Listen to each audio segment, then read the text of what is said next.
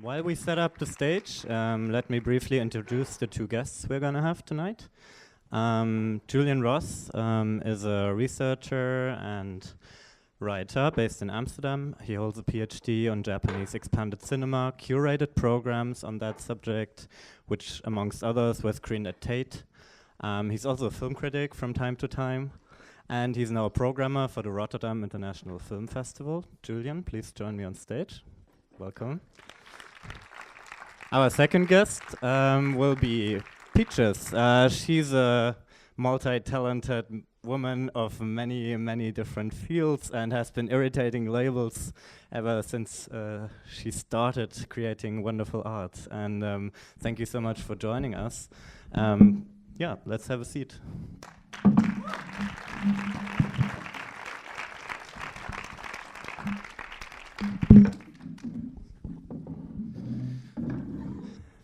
Yeah, you've been really working. You've been working really intensely on confusing perceptions of what you do.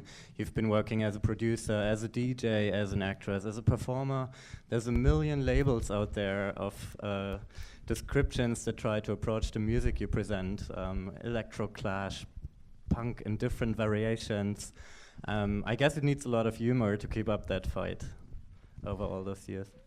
Yeah, I mean, I think humor is very important. It's a very important element to get your piece across and invite people in. But you didn't find the film really funny, I think. No, actually, I watched it alone, and I just came in the last 10 minutes, and I was surprised to hear people laughing, but I heard it was a comedy. So yeah, I think some people might find the main character funny, and he seems to be somehow the center of attention of this film, and all the girls seem to admire him for some reason. Can you help me understand? I'm not sure about that. Well, I think there's a very large ridiculous element to this film, so I mean, also shown with his kind of like hobbly walk too. That makes him less, everything about him is unattractive. That's on purpose, obviously. And it worked for me. It was not attractive. So was that good? What do you mean? Was it good that he was not attractive, or would it have been better in a different case? That's a very, surface question. Was it good or not? I mean, if you want to take it in the context that every single woman, including the catatonic wife in bed, was absolutely gorgeous with a perfect body. I mean, it's that's ridiculous too, But there's a lot more to it just from, I think his actions made him really ugly. And I'll never find any form of resistance or rape funny. And I don't need to see that again and again. I found it interesting that we're basically in the middle of a rape scene, and it was very, very manipulative, because you're like, it's my wife, even though he just got money from watching her get, basically raped, and she's paying all the child support. Like, it's all really ridiculous, but I don't need to see it. I don't find it funny. But maybe I missed something. You can all help me with that. Also, maybe just to add, all the women are referring to him as professor or director, and sort of they're defined in relation to him, and that's sort of where their stories end, really. Yeah, it's and sort of I felt it was really problematic at the end, where we're supposed to feel his actions are sort of justified in some way because he has this wife that is dying and he's in mourning or in pain, and that sort of scene is also very problematic in that context, I feel. In a way, he's also depicted as an artist, as a guy who has lost his career, which makes him in a way free too. And the way the film is narrated could be perceived as quite free, because many of the scenes kind of are only told halfway through, then he tumbles somewhere else. And so do you think the fascination that I think some people actually like the film a lot, and I'm part of those, which is really linked also to the fact that it's narrated so in such an interesting way, and So when we want to talk about Breakout, I think it's very important to understand that Breakout is always linked to a notion of freedom. So when we move through this talk, we might come back to that idea a bit more. But before that, I would like to underline that breaking out of something can also mean to break it, to destroy it, to irritate it, and that might make it necessary to understand it first. So I would like to quote director Isao Yukisada, who sent us a statement on his film and described where it comes from, actually. Aroused by Gymnopedi revives the historic film genre in Japan, Nikkatsu Roman porno, for the first time in 28 years.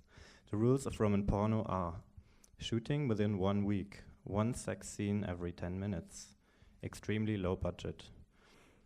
A part of this, subject and topic, can be chosen freely. A very punk-spirited concept. I'm excited to hear your reactions at the European premiere. By the way, the protagonist is a movie director. And I think there was a lot of room, to do some experimentation in between the sex scenes, but I guess I didn't agree with the experimentation or how it didn't break out of a lot of ways in which sex is used in maybe some of those earlier films from the 70s and 80s, that this is sort of being remade in honor of. I thought maybe there's a chance to give them a new, a makeover, so to speak. So the film is kind of a homage. Julian, you've been programming such films from time to time, also in Rotterdam in the festival that just ended. Could you explain a little bit on how you programmed these films, how you presented them, how you contextualized them? Sure. I mean, maybe just a quick context about the Roman porno genre, but it's a sort of mixture of the words romance and pornography, which is why it's called Roman porno. And Nikkatsu Studio, which is like the oldest studio in Japan, started in 1912 and still exists today. They were in sort of a crisis in the early 70s because of the sort of popularity of television sort of taking over their primary sort of market. And during the 60s, there was this popular sort of independent film genre called pink films. And these were sort of independent films that were made by filmmakers who were asked to make like a 60-minute film, shoot it in a week, and have a sex scene every 10 minutes. So whereas before, the Japanese studios were very much embedded in this hierarchical structure where you had to be like a top university graduate, have to do this entrance exam. After 15 years of being an assistant director, you finally make your film like in your mid-40s or 50s even. So yeah, so that was like the system in place, and what these pink films allowed filmmakers to do was people like Wakamatsu Koji, without even graduating high school, was able to make films finally. So it sort of changed the system of filmmaking in a way. And what's important for Nikkatsu Studio was that this was proving to be popular and cheaply made. So they decided to make their sort of industrialized version of these pink films, which they sort of labeled as Roman porno films. And they asked these sort of directors who were established by that point in the studio to make these films, but many of them said, we don't want to be involved in such films. So it sort of gave the younger sort of assistants the sort of opportunity to make films. And they got the same sort of rule book. Every 10 minutes you have to have a sex scene, 1 week shoot, low budget, and that's sort of like the context of Nikkatsu Roman porno. We were talking before, and you said that for the remakes, a lot of women directors were asked also to make or as you said, maybe they were asked and said no. So what happened for this sort of revival project is it's the 45th anniversary of the beginning of the Roman porno for Nikkatsu, and they decided to make 5 new Roman porno films and asked the directors to follow the same rule book, 1 week, 10-minute sex scene, etc. And they invited 5 directors who all happened to be male here, and when asked why was there no woman director? I've been told at least that it was because some women directors were approached, and Nikkatsu do work with women directors, but there was sort of like a reluctance to be involved in this genre, let's say. So for at least the first revival of these 5 films, they are all male directors, including this one you just saw. I just have a question. Is there do you have a favorite from the originals that maybe breaks out or is sort of, different that maybe I could watch and get a...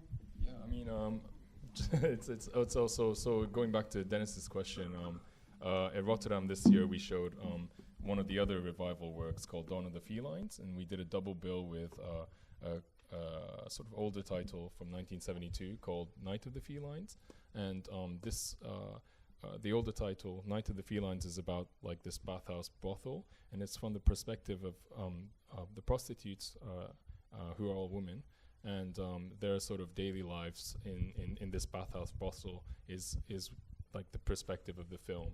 So what you see is not just the sex, but the sort of other labor involved within that sort of brothel situation.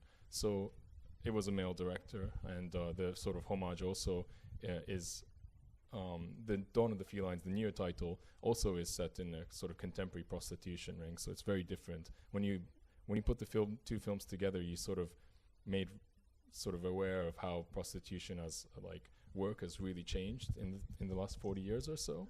And for us, that was what was sort of interesting to sort of put together the two films to show how much the sort of practice of prostitution beyond just the sex has really changed. And both films take the perspective of like the female prostitutes. So that's that's the sort of programming we did. Also, we've shown this pink film director called Adachi Masao, who is a very political figure who went to Palestine to join the Liberation Front and things like this. So he's an experimental filmmaker, pink filmmaker, and an activist as well. So we did a retrospective around him. So yeah, these sort of ways of programming was what was interesting for us, sort of pointing out the fact that these films came out of an environment in Japan where only university graduated, highly educated people were able to make films, and people like activists or younger sort of not as well educated people didn't have the opportunity to make films, and pink films allowed that. So there's that breakout, I suppose, back in the 70s. Yeah, in that way it's very interesting.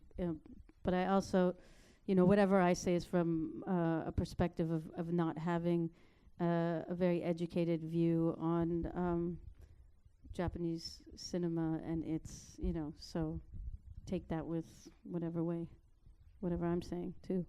I think it's important to, when we present to an audience, to recognize the fact that this history might not be on people's minds when watching them. So yeah, absolutely.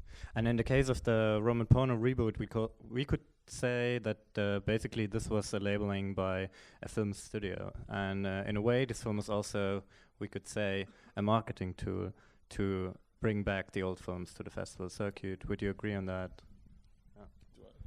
Yeah, I mean, it was. I mean, what's I think interesting, at least in this project for the revival for the Nikkatsu Roman Porno, is that most of the names are fairly established filmmakers, like Sion Sono. I think many people in the room might know. He was one of them. The director of the Ring, the horror film Ring in the 90s, Hideo Nakata. He was one of them. So they're fairly established names. So in a sense, it's very different to how these films originated back in the 70s, where younger filmmakers were given the opportunity.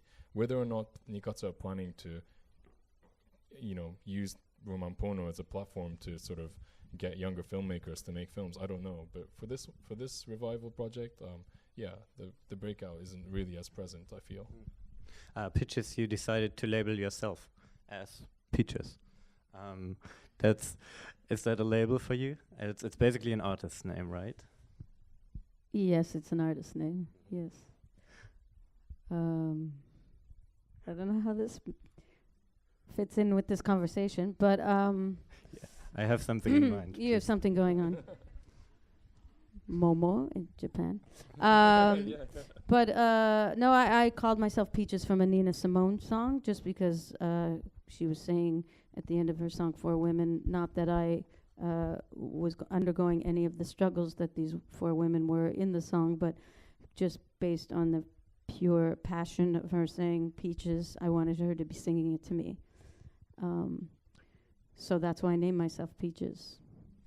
What I want to talk about actually is strategies of irritating labels and of changing labels. And in a way, the way you create an art persona is also linked to a narrative.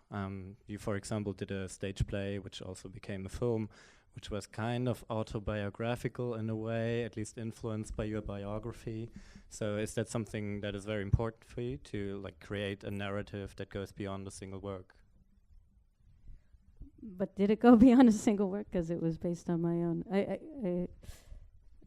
It was one work that was kind of integrating 28 songs, I think. Yeah. So Oh, I see. You mean in that way? Yeah. But still centering around me and actually having a dialogue with jukebox musicals and trying to create an alternative, an anti-jukebox musical. Because the fact is, I think we saw 2 films today that had a very particular idea of dealing with temporality and history as well. We saw the Japanese film that is very affirmative of the Nikkatsu films of the 70s, and I think the director, as we heard in his statement, also wouldn't distance himself necessarily from those films because there has been many good things coming out of them as well.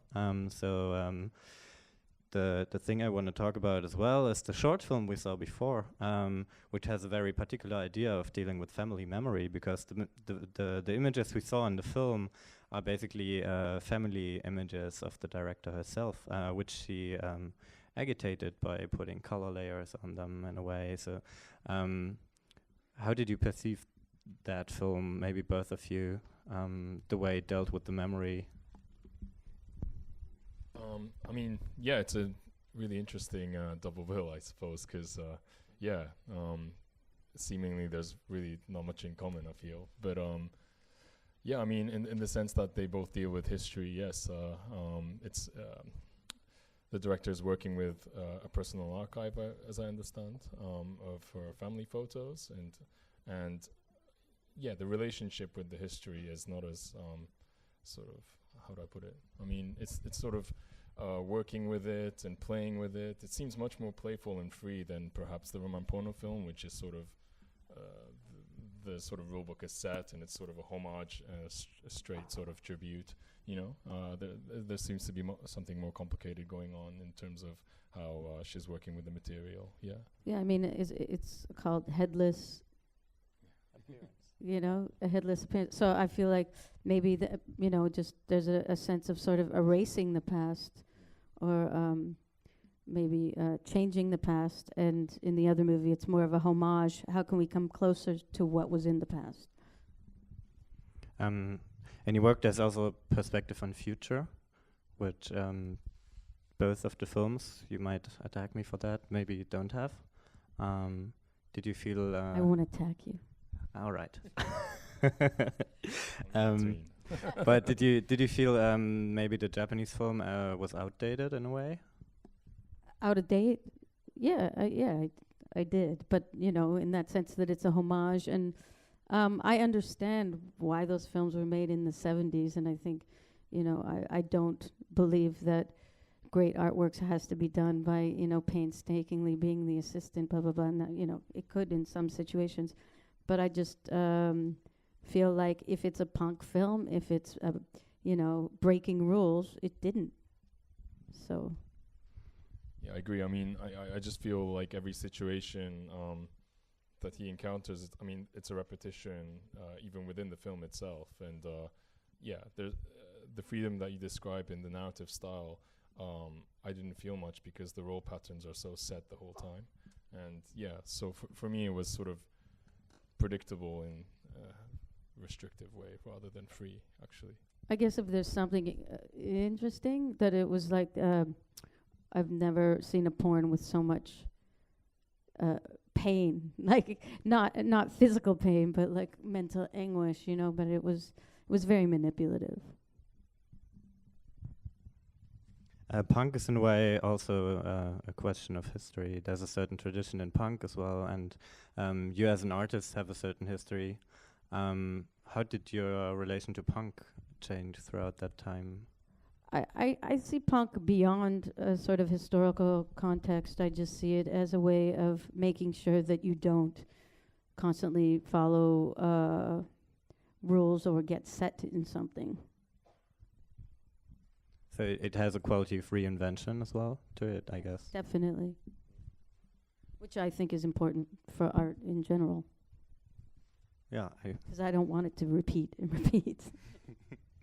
You can also change perceptions within the present without considering history, as you said. You can agitate the very moment, and the experimental film is definitely a film that does that, I guess, because the layers of color are really changing the perception of these images. Maybe they make them unrecognizable.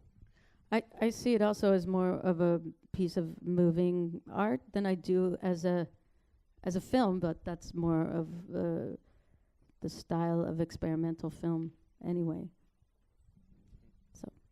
Yeah, I mean, when I watch that film, there's this, on the one hand, on my mind, there's the sense of history with the found footage experimental film genre and the sort of abstract film genre. So I'm very aware of that whilst watching it. But on the other hand, I also see this sense of freedom where I think she's very much experimenting.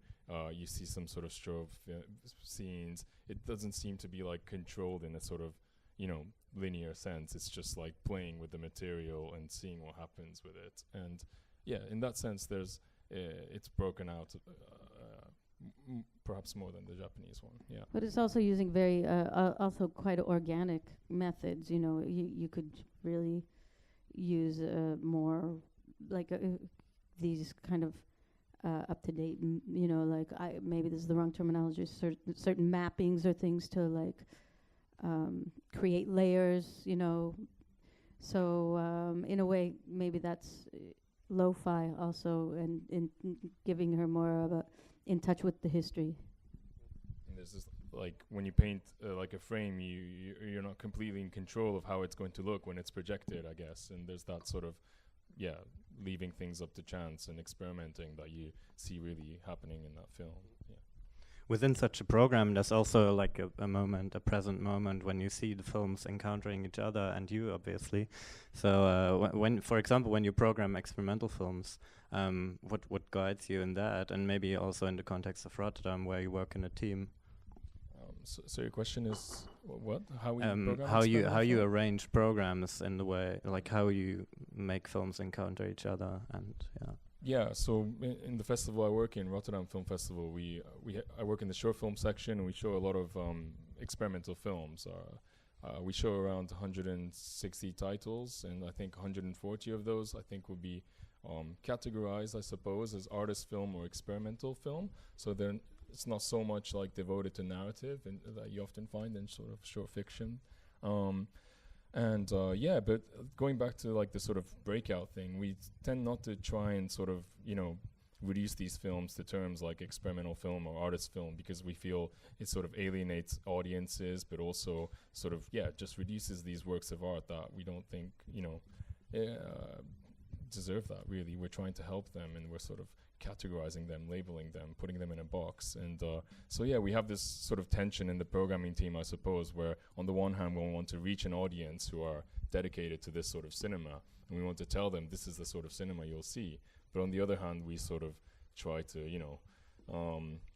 not put them in that box. So and in terms of programming, I mean, with short films, we often we have to put them in a sort of compilation program. I mean, ideally we would like to just show one and then leave the theater, or just have an extended Q&A, but just the nature of festival scheduling, it's very hard to do that. And so what we try to do is arrange films in ways that resonate with each other. For example, we had a theme about a program called Living Archive, where each of the filmmakers were working with a personal archive or a state's archive, or just playing with that idea of history. Headless Appearance would have sat well in that program, for example.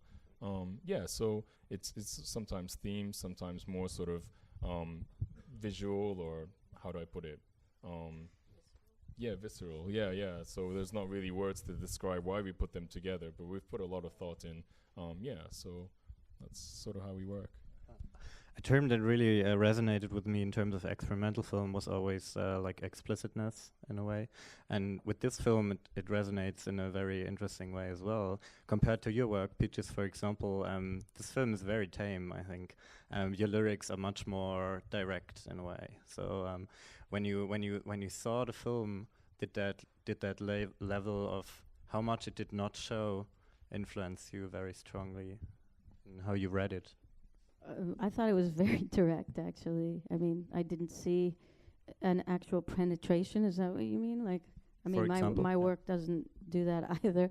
I think maybe you're filling in stuff. Not you personally, but you fill in what and that's why I think people think my work is over sexualized or whatever in some ways. But I found that very direct and disturbing, actually. Do you perceive experimental film as like explicit form of film? Were you talking about the experimental film? No, I talked about the Japanese film. You were, I was referring to the Japanese film, really. I didn't find the short film disturbing. Right. Maybe, still like holding on to your past or how to deal with your past. It's always painful too. There's definitely elements of pain in both. We all have pain. So, explicitness in experimental film? I don't know. I mean, I guess the idea that, these filmmakers aren't constrained to sort of any sort of scheme of industry, or, there's a sense of freedom that allows them to be outspoken. But I think explicit and outspoken are different things, perhaps. So, I don't know. I mean, if they want to be explicit, they are able to. And but I think what's key with experimental film is that they have the freedom to be outspoken, and they can be direct if they want to, but they can be poetic to the point of, there's very difficult to communicate what's happening, but, there's that sense of freedom of choice. You can be either or both in your cinema. And that's what attracts me with experimental film, this idea that there's no sort of model or anything that you have to be fitted in, except for the term experimental film. True. Well, I think that's a good point. Explicit and outspoken, to put those in their own context. Feel free to be outspoken, by the way. There should be mics somewhere. Yeah. So there's a comment maybe from the side.